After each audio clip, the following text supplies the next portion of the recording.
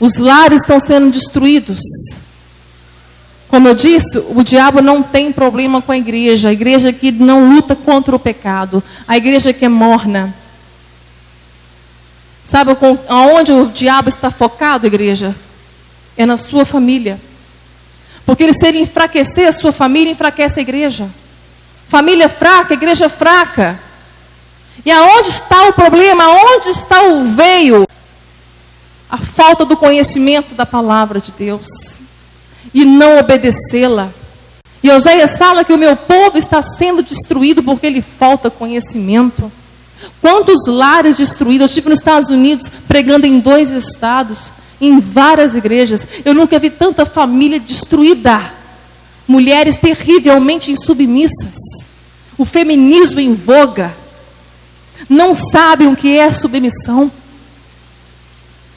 Se eu não sou submissa ao meu marido, eu não tenho um problema com meu marido, eu tenho um pecado com Deus. A submissão nada mais é do que eu abrir mão do meu desejo de controlar o homem. A submissão é eu estar sob a mesma missão do meu esposo. Não é estar debaixo dos pés dele, porque não é capacho. É estar ao lado como auxiliadora, para auxiliar nas decisões que ele deve tomar pelo bem da sua família. Foi colocado características na esposa que o homem não tem. A mulher foi colocada como adjuntora, como auxiliadora. A submissão é algo que ela oferece ao esposo, não que o esposo requer dela. Foi colocado características no homem que só o homem tem, que é de liderar, que é de proteger, que é de prover. Ele provê para ela não só o material, mas também tudo que ela precisa para edificar a casa. Não há problema nenhum a esposa trabalhar, não é problema nenhum a esposa ganhar mais do que o marido, mas a última palavra em casa não é dela. Porque isso agrada ao Senhor. E essa mulher precisa orar para que ela veja quem é o cabeça desse homem, que o cabeça desse homem tem que ser Cristo. As marcas de Cristo têm que estar neste homem. Ele não foi chamado para ser um ditador e um Hitler em casa. Casa não tem chefe. Quem tem chefe é tribo de índio. Casa tem líder. Para os jovens que vão casar, para as moças que vão casar, para os casados que estão aqui. Um lar disfuncional traz muito prejuízo para toda a família. Um lar de inversão de papéis, os filhos sofrem. Aí a família toda adoece. Eu ando num vale de muitos homossexuais. E eles foram perdendo a sua identidade lá neste lar disfuncional. A maioria deles, salvo alguns casos que não. Mas a maioria deles é a mãe que mandava. E o pai omisso. O pai ausente. Faltou masculinidade em casa. Muitas vezes a mulher tem que tomar as rédeas da casa, porque o marido não faz isso. E a mulher sofre, porque é um fardo pesado demais. Tem que cuidar de filhos, cuidar da casa, e ainda dar a última palavra, ainda tomar a decisão. Homem não pode. Esse papel é teu. Orem juntos. Peçam perdão um para o outro e para Deus. Crianças estão perdendo a identidade sexual delas dentro de um lar disfuncional. Todos que eu converso, que eu ajudo a atravessar o vale deles, que não é fácil. Muitas vezes meninos que nasceram na igreja, de pai que não teve tempo para eles, que viveram para a igreja e não viveram para a família é mais importante do que a igreja. Coloquem isso na mente de vocês. Não perca a família por causa da instituição. A família vem em primeiro lugar. A igreja começa na família. O altar de Deus está na família. O culto verdadeiro a Deus começa na família. Não adianta, marido, você tratar a tua mulher mal. Você não amá-la como um vaso mais frágil, proteger ela, cuidar dela. Não adianta, esposa, você ser uma mulher insubmissa, rixosa, mandona. Não adianta, filhos, vocês não honrarem os seus pais, não respeitarem a eles, não obedecerem a eles e vir para a igreja e cultuar ao Senhor. Isso é um culto falso. Deus está cansado de sofrer os nossos cultos solenes. Está claro em Amós e Isaías. Eu estou cansado de sofrer os vossos cultos. Igreja, precisamos nos posicionar agora. Cuidar da nossa família. Haverá um tempo que não haverá mais templo. Precisamos fortalecer as nossas famílias para que possamos ser usados aqui por Deus, como Ele quer nos usar. Usar naquilo que Ele chamou para te usar, para pregar a palavra, para ensinar a palavra, para louvá-lo, para ministrar, para tocar instrumentos. Usar na oração, na intercessão. O Senhor quer receber o nosso culto, mas precisamos nos posicionar diante dEle como igreja, como povo de Deus. Uma jovem falou assim: Tia Mari, eu estou jejuando. Por que você está jejuando? Para mim passar no vestibular. Eu falei: então pode parar. Nem teu jejum Deus recebe. Você é uma péssima filha. Você responde à tua mãe. Você bate a porta na cara dela. Deus odeia isso. É o único mandamento com promessa. Primeiro mandamento com promessa. Primeiro mandamento com promessa sobre bênçãos. Promessa de bênção sobre a sua vida. Você está perdendo bênçãos de Deus sobre a sua vida, porque você não honra a tua mãe, você não honra o teu pai. Vamos consertar o altar de Deus na nossa casa, família. Vamos fortalecer a nossa casa. Não adianta terceirizar a culpa para o diabo. Tem muita gente terceirizando a culpa para o diabo, dizendo que as coisas estão acontecendo porque é maldição hereditária. Não existe maldição hereditária. O Êxodo 20, quando fala que Deus visitará a maldade dos pais aos filhos até a terceira, quarta geração, está dizendo de idolatria. Quando não passamos a herança para os nossos filhos, a próxima geração vai se perdendo e se perdendo e se perdendo. Quando nós tínhamos referência de crente, era crentes assembleanos. Eles se destacavam como crentes verdadeiros. E as gerações foram se passando, e se passando, e se passando, e chegamos aonde estamos. Uma igreja tem dado as costas para Deus. Não só a Assembleia de Deus, todas. Todas estão contaminadas. Eu prego em todas as igrejas. Eu prego esse evangelho em todas elas. Todas estão contaminadas pelo pecado. Em todas as igrejas há duas igrejas dentro. Uma é de Cristo. Uma é a noiva do Cordeiro. E a noiva do Cordeiro que está aqui está deliciando com essa palavra. Tem lugares que velhinhos, anciãos de cabecinha branquinha nos abraçam, né, amor? Chorando. Chorando com saudade dessa palavra. Com a saudade de combater o pecado. De pregar o arrependimento. Quantas pessoas indo para o inferno agora, achando que são salvas. A segunda coisa terrível. Verso 11. E curam a ferida da filha de meu povo levianamente, dizendo paz, paz, quando não há paz. É terrível dar um diagnóstico favorável para uma doença grave. É como se o médico dissesse para você: o seu câncer não precisa ser tratado. Eu vou te passar um antigripal. É terrível curar a ferida do povo de Deus, dizendo que está tudo bem. Não está. Isso é uma responsabilidade para nós, líderes que pregamos a palavra, que estamos à frente de ministérios. Nós não podemos passar a mão na cabeça. É terrível relativizar o pecado. Como se pecado não fosse mais nenhum mal. Como se o pecado para você fosse relativo. É terrível. E precisamos dar nome aos bois, igreja. Precisamos tratar o pecado de frente. O pecado que nos condenou ao inferno, Jesus levou sobre ele. Está consumado. Só que existe dentro de nós uma natureza carnal, pecaminosa.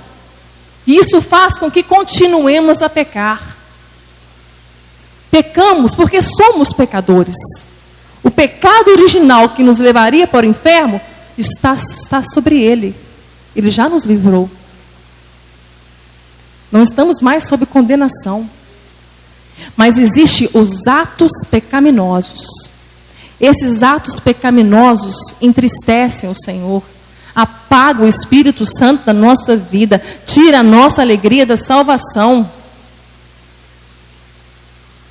Adultério é pecado. Pornografia é pecado. Fornicação é pecado. Masturbação é pecado. Relações homossexuais é pecado. Lascívia, comportamento exagerado sexual é pecado. Sensualidade é pecado. Fofoca é pecado. Mentira é pecado. Suborno é pecado. Sonegação de impostos é pecado. Contenda é pecado. Inveja é pecado.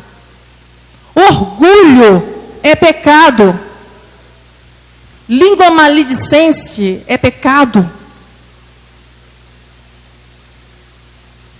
É assim que tratamos o pecado. E este câncer tem que ser extirpado. Não é igual o que ficou no meu cérebro. Esse que ficou no meu cérebro, que Deus não curou, não pode me levar para o inferno. Não pode me separar do amor dele por mim. Não pode apagar a chama acesa dentro do meu coração. Esse câncer físico não.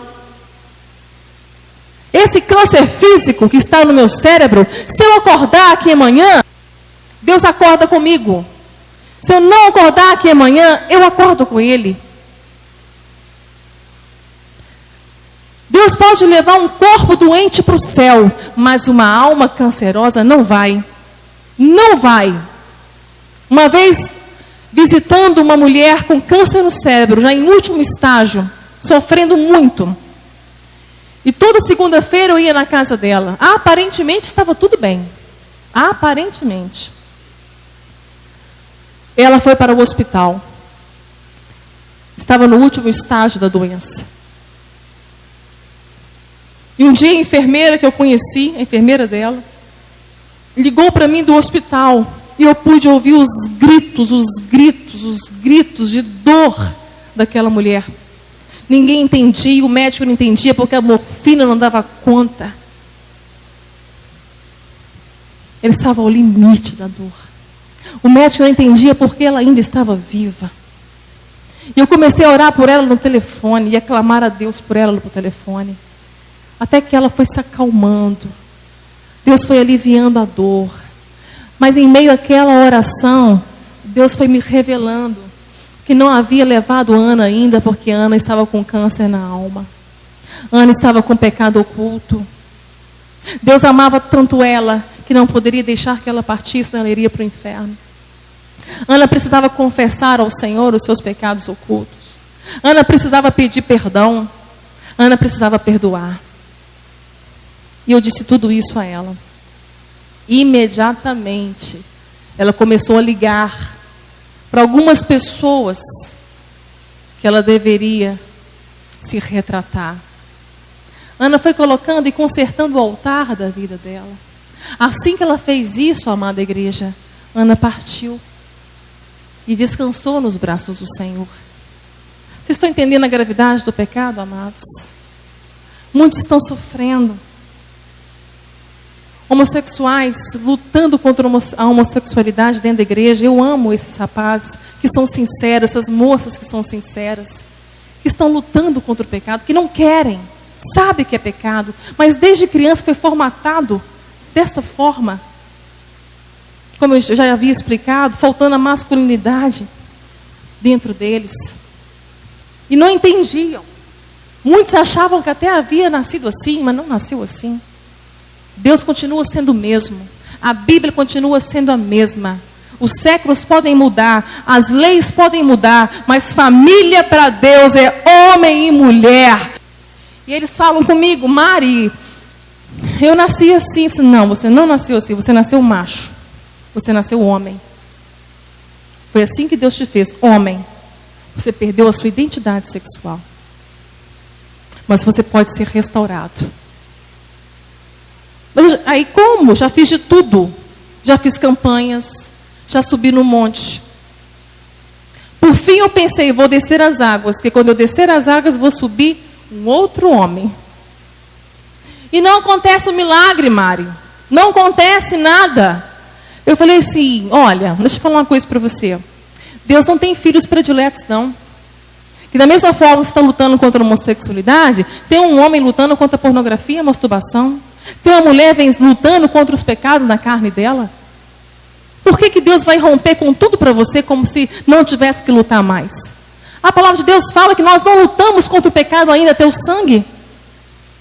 Nós temos que lutar até o sangue contra o pecado. Você vai ter que aprender a viver um dia de cada vez. Isso que eu aprendi com o câncer. Eu vivo um dia por vez. E eu tenho ensinado isso para eles. Eu vou ensinar para vocês. Não existe amanhã. Vença o mal de hoje.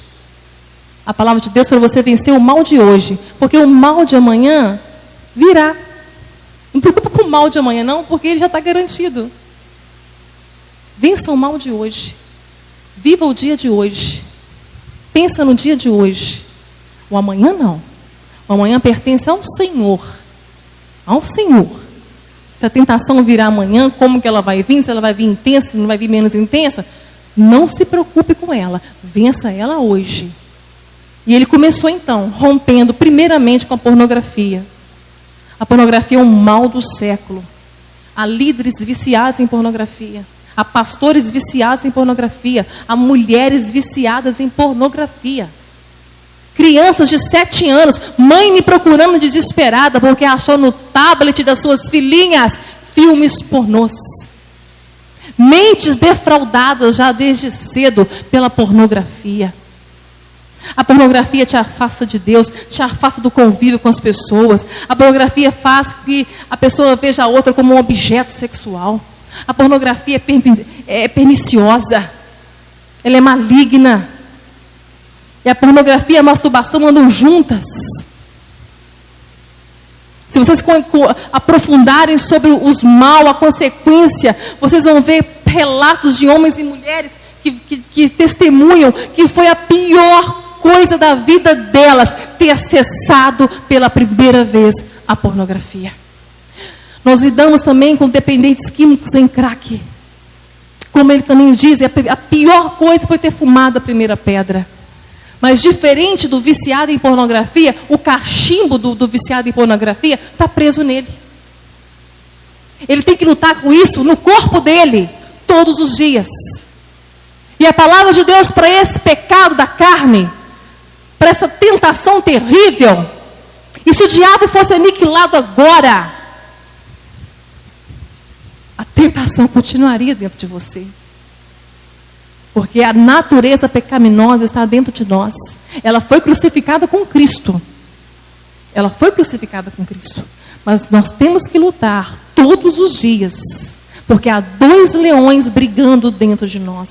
Gálatas 5 fala que há uma guerra entre o espírito e a carne. A carne cobiça contra o espírito. Mas aqueles que andam em espírito não vão ceder à carne. Como? 2 leões brigando. Qual que vence a guerra? Aquele que você alimentar. Alimente o espírito. Alimente o espírito. Com palavras, com sermões, com pregações, com louvores. Pensai naquilo que é bom, que é nobre, honesto. Que seja honesto. Que se tiver algum louvor, nisto pensai, como diz Filipenses 4. Enchei a tua mente com as coisas que são do alto, que são eternas. Se você está no Facebook, é amigos de pessoas no Facebook, que você vê na sua página inicial, coisas pornográficas, tudo que te leva à pornografia, bloqueie. Bloqueie o WhatsApp, grupos que você recebe imagens de pornografia. Seja o que for que você receba. Se te leva para masturbação, bloqueie. Paulo escreve aos Coríntios que dos pecados da carne, nós temos que fugir. Foge da prostituição. Foge. que os vossos corpos são templo do Espírito Santo. Somos membros do corpo de Cristo.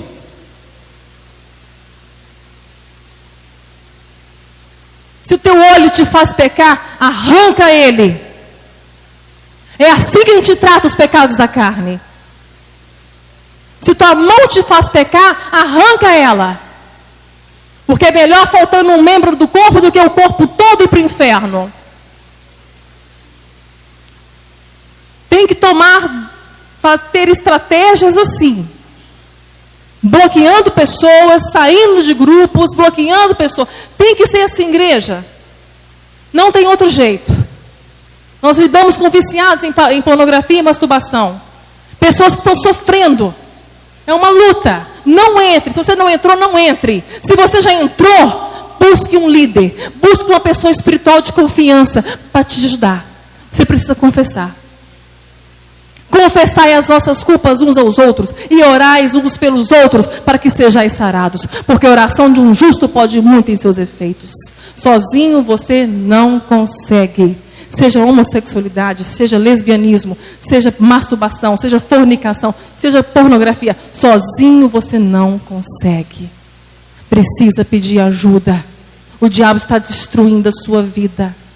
Ele está roubando de você uma família que você pode constituir lá na frente, um lar maravilhoso. Cuidado com seus namoros. Namoros que estão avançando. Quantas pessoas, quantos casaizinhos que saem da igreja e vão direto para o motel. Ou vão para a sala da casa mesmo, do pai e da mãe. E cometem fornicação. Aí perguntam para a gente, o que eu faço? Eu não tenho relação com a minha namorada, mas quando eu chego em casa eu masturbo, pensando nela. É porque avançou no namoro. Foi até onde não podia ir. Namoro não é tempo de conquistar o outro. Namoro é tempo de ver defeitos no outro. Namoro é tempo de conhecer a família do outro. Namoro é tempo de ver como o filho trata a mãe, porque ele vai te tratar como trata a mãe. Namoro é tempo de ver como a filha trata o pai, porque ela vai te tratar como trata o pai. Namoro é tempo de conversar, não de ficar beijando e abraçando e fornicando. A fornicação rouba de você um tempo precioso. Que se você for para um casamento sem conhecer essa pessoa que você está namorando com ela. Nós já fomos socorrer casamentos com 23 dias. 23 dias de casado. A moça descobre que o rapaz é viciado em internet. Quantos casamentos abalados de meninas, jovens, rapazes e moças abalados com 1 ano de casado. Já para separar. Por quê? Porque o tempo de namoro que deveria ser para isso, avançou sinais. Houve defraudação. O que é defraudação? Vamos lá. 1 Tessalonicenses capítulo 4, no verso 3. Porque essa é a vontade de Deus, a vossa santificação, que vos abstenheis da prostituição, que cada um de vós saiba possuir o seu vaso em santificação e honra, não na paixão de concupiscência, como os gentios que não conhecem a Deus. Ninguém oprima ou engane a seu irmão em negócio algum, porque o Senhor é vingador de todas essas coisas, como também antes vulo dissemos e testificamos, porque não nos chamou Deus para imundícia, mas para santificação. Ninguém oprima ou engane o seu irmão. Namorado, não oprima a sua namorada. Defraudar é você acender um fogo que você não pode apagar. Moça, não defraude o seu irmão, o seu namorado. Porque você pode estar acendendo um fogo que você não pode apagar. Eu chamo a atenção das moças. A sensualidade está demais. Você pode estar vestida dos pés à cabeça, mas a sensualidade, ela está aflorada. Usando os sentidos, usando o olhar, usando a boca, usando as palavras, os gestos, para atrair homens. Uma vez, adolescentes que eu ministrava, fala assim comigo, tia Mari, conversa com as meninas para a gente. Peça a elas para vir com roupas mais decentes para a igreja e menos justas. Porque está dificultando a gente buscar o Senhor.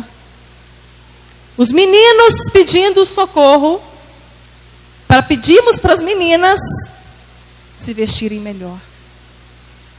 Isso é defraudação. Quando provocamos um ao outro e levamos eles a pecarem, estamos defraudando. E o Senhor abomina isso. A Bíblia é muito clara, irmãos. Precisamos voltar para o Evangelho, mudar a nossa conduta, mudar o nosso estilo de vida. Nosso estilo de vida se converta em nome de Jesus. Uma outra coisa terrível que Jeremias fala, e a última coisa.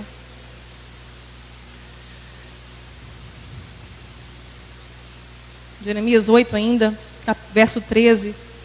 Certamente os apanhará, diz o Senhor.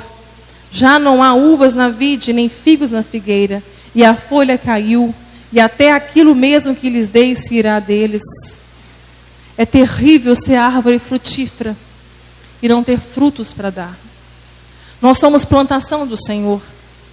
Nós somos a vinha do Senhor.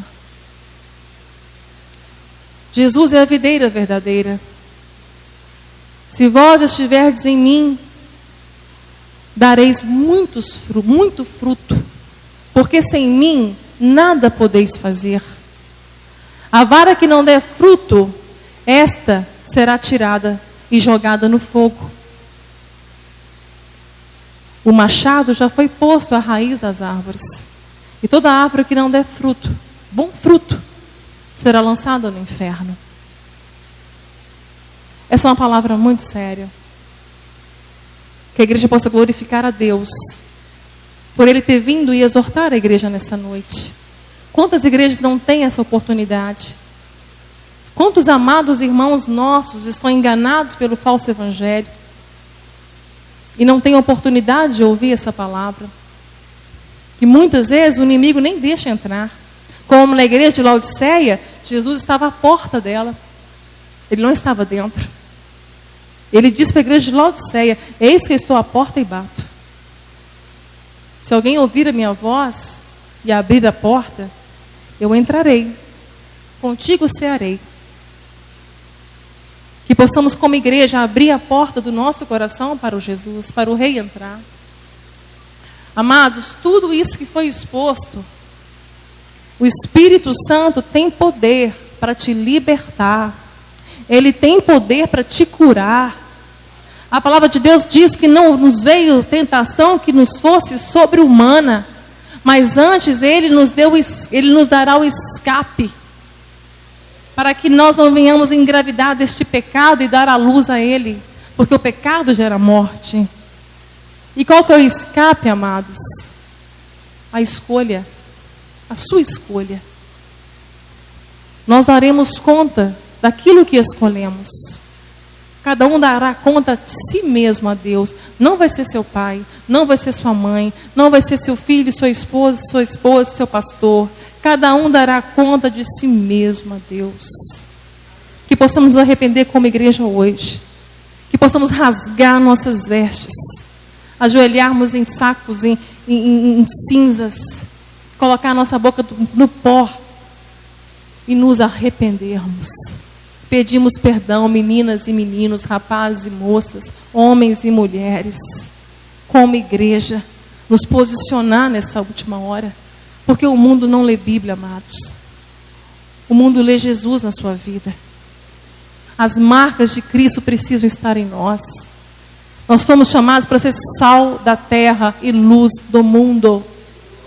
Igreja, se posicione, igreja de Ana Rita, jovens daqui, se posicionem como crentes verdadeiros, como antigamente nós olhávamos para os crentes da Assembleia de Deus e olhávamos e falávamos: ali vai um crente. Menina, que você seja uma cristã verdadeira na sua escola. Rapaz, que você seja um cristão verdadeiro na sua escola. Nessa hora tem muitos jovens, moços e rapazes se automutilando, tentando suicídio, porque eles não têm algo que você tem, que é Jesus, que é o Evangelho, que é a palavra de Deus. Não brinque com Deus. Não brinque com a palavra dele. Não brinque. Porque Deus é Deus que se ira todos os dias. Que possamos nos arrepender, amados. Nessa noite.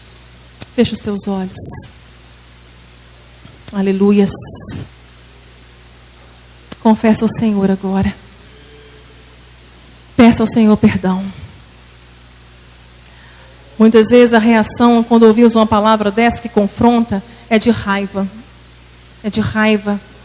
Porque o diabo não quer que você saiba dessas coisas. O diabo não quer que você perceba o pecado.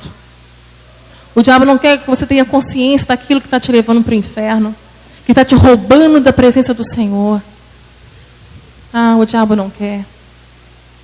Ele tem as suas estratégias para que você não saiba do quanto você tem entristecido ao Senhor. Como marido, como esposa, como filho, como servo, como irmãos, como pais. Senhor, nos perdoa, Pai. Jesus, o Senhor começou este culto dizendo para cada um de nós: eu conheço. Tu conheces, Pai. Tu conheces o íntimo do nosso coração. Nada pode ficar escondido diante dos olhos como chama de fogo. Senhor, envia uma milícia de anjos aqui de guerra, Pai. Senhor, que os teus anjos venham guerrear neste momento, Pai. Há uma guerra aqui neste lugar, Senhor.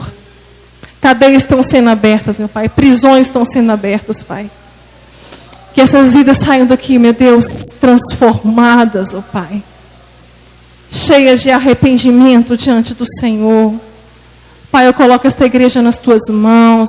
Eu coloco os líderes dessa igreja nas tuas mãos. O Senhor já tem as 7 estrelas nas mãos.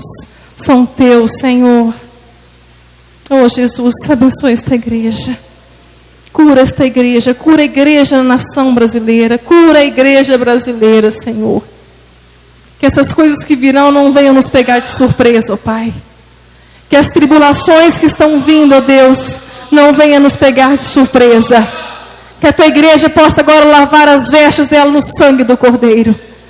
Pai, que a tua igreja possa clamar o sangue de Jesus agora sobre elas, Pai.